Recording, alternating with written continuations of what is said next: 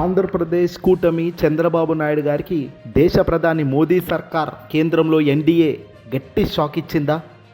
Yes, అవును. Visakhapatnam railway zone అభివృద్ధి పురిటిలోనే సంధి కొట్టింది, దెబ్బ పడింది. ఢిల్లీలో చక్రం తిప్పుతానంటూ ప్రచారం చేసుకుంటున్న yellow media Telugu Desam party Pawan కళ్యాణ్లు చేసిందేమీ లేక చేతులెత్తాల్సిన పరిస్థితి వచ్చింది. ముఖ్యమంత్రి చంద్రబాబు రాష్ట్ర ప్రయోజనాల సాధనలో మరోసారి నిజంగా ఘోరాతి ఘోరంగా అట్టర్ ఫ్లాప్ అయ్యారు అనే దానికి ఒక ఉదాహరణ ఇది. ఎన్డీఏ ప్రభుత్వంలో కీలక భాగస్వామిగా ఉన్నప్పటికీ కేంద్రం నుంచి ప్రాజెక్టులు సాధనలో దారుణంగా ఫెయిల్ అవుతూనే ఉన్నారు చంద్రబాబు నాయుడు గారు, తెలుగుదేశం పార్టీ ఎల్లో మీడియా. రాష్ట్ర ప్రజల దీర్ఘకాలిక డిమాండ్ విభజన చట్టం హామీ కూడా ఆయన విశాఖ రైల్వే జోన్ అందుకు తాజా తార్కణం పట్టింది. కీలకమైన కొత్త వలస కేకే లైన్ లేకుండా విశాఖ రైల్వే జోన్ కేంద్రం ఏర్పాటు చేయడం రైల్వే ప్రాజెక్టు విషయంలో ఇప్పుడు ఒక సంచలన అధ్యాయం. ఒడిశా ప్రయోజనాలకే ఎట్టకేలకు కేంద్రం గ్రీన్ సిగ్నల్ ఇచ్చింది. చంద్రబాబును కాదని తెలుగుదేశం పార్టీ చెప్పింది వినక కేంద్ర పెద్దలు చేయాల్సిన పని చేస్తూ పోతున్నారు. ముఖ్యంగా ఎన్డీఏ సర్కార్ కేంద్రంలో ఉన్న పెద్దలకు కావాల్సింది రాజకీయం, మంచి చేయాల్సిన ఆలోచన కాదు.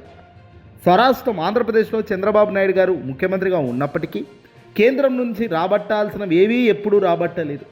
ప్రత్యేక హోదా విషయంలో జరిగింది అదే. రాష్ట్రానికి స్పెషల్ స్టేటస్ కావాలి అని జగన్మోహన్ రెడ్డి గారు గట్టి పోరాటం చేసినప్పుడు చంద్రబాబు దానికి అవసరమే లేదన్నారు. చంద్రబాబు ప్రతిపక్షంలో ఉన్నప్పుడు మాత్రం ఇలాంటివన్నీ బాగా పట్టుకుంటారు. మళ్ళీ కేవలం ప్రజల నాడి పట్టుకోవడం, ప్రజలకు ఏం కావాలో తెలుసుకొని ఆ లైన్లో ఆ క్షణం అడుగులు వేయడంలో చంద్రబాబు దిట్ట.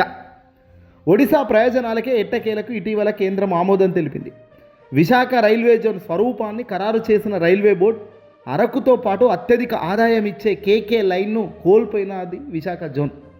ప్రజా సంఘాలు, రైల్వే యూనియన్లు విజ్ఞప్తి పెడచెవిన పెట్టి అడుగులు వేశారు. కూటమి ప్రజాప్రతినిధులే కేంద్ర మంత్రులుగా ఉన్నప్పటికీ రాష్ట్రానికి దారుణంగా అన్యాయం జరగడం ఇది ఆంధ్రప్రదేశ్ రాష్ట్ర చరిత్రలో మర్చిపోలేని ఒక అంశం అంటున్నారు. ప్రస్తుతం ఒడిశా ప్రయోజనాలకే కేంద్ర ప్రభుత్వం గ్రీన్ సిగ్నల్ ఇస్తూ అడుగులు వేగంగా వేస్తుంది. రాబడికి భారీగా గండి కొట్టింది. అత్యధిక రాబడినిచ్చే కేకే లైన్ లేకుండానే విశాఖ కేంద్రంగా దక్షిణ కోస్తా రైల్వే జోన్ను కేంద్రం ఖరారు చేయడం ఆంధ్రప్రదేశ్కు తీవ్ర అన్యాయమే ఇది. ఈ మేరకు గతంలో వెలువడిన ప్రకటనను ధృవీకరిస్తూ రైల్వే జోన్ శాఖ ఈ నెల 6న అధికారిక ఉత్తర్వులు కూడా జారీ చేసిన విషయం ఆలస్యంగా వెలుగులోకి వచ్చింది. ప్రముఖ పర్యాటక ప్రాంతం అరకు లోయ సహా అత్యధిక రాబడినిచ్చే కేకే లైన్ను ఒడిశాలోని రాయగడ్డ కేంద్రంగా ఏర్పాటు చేయడంతో కొత్త డివిజన్లోకి చేరింది. ఆ డివిజన్ భువనేశ్వర్ కేంద్రంగా ఉన్న తూర్పు కోస్తా రైల్వే జోన్ పరిధిలోకి వస్తుందని ప్రకటించింది. దీంతో కొత్తగా ఏర్పడే విశాఖ రైల్వే డివిజన్ రాబడికి భారీగా గండి పడినట్లే. ఆదాయం పూర్తిగా తగ్గుతుంది. అధికారం వస్తే కేంద్రంతో మనం ఇలాంటి కార్యక్రమాల్లో ఉండి అధికారంలో ఉండగలిగితే రాష్ట్రానికి మేలు జరగాలి, ఆదాయాలు పెంచాలి.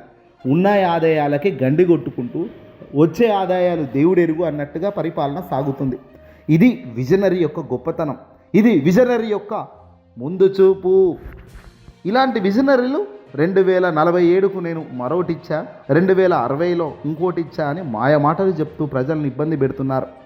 విశాఖ రైల్వే జోన్ కనీసం కేకే లైన్ కూడా సాధించలేదా?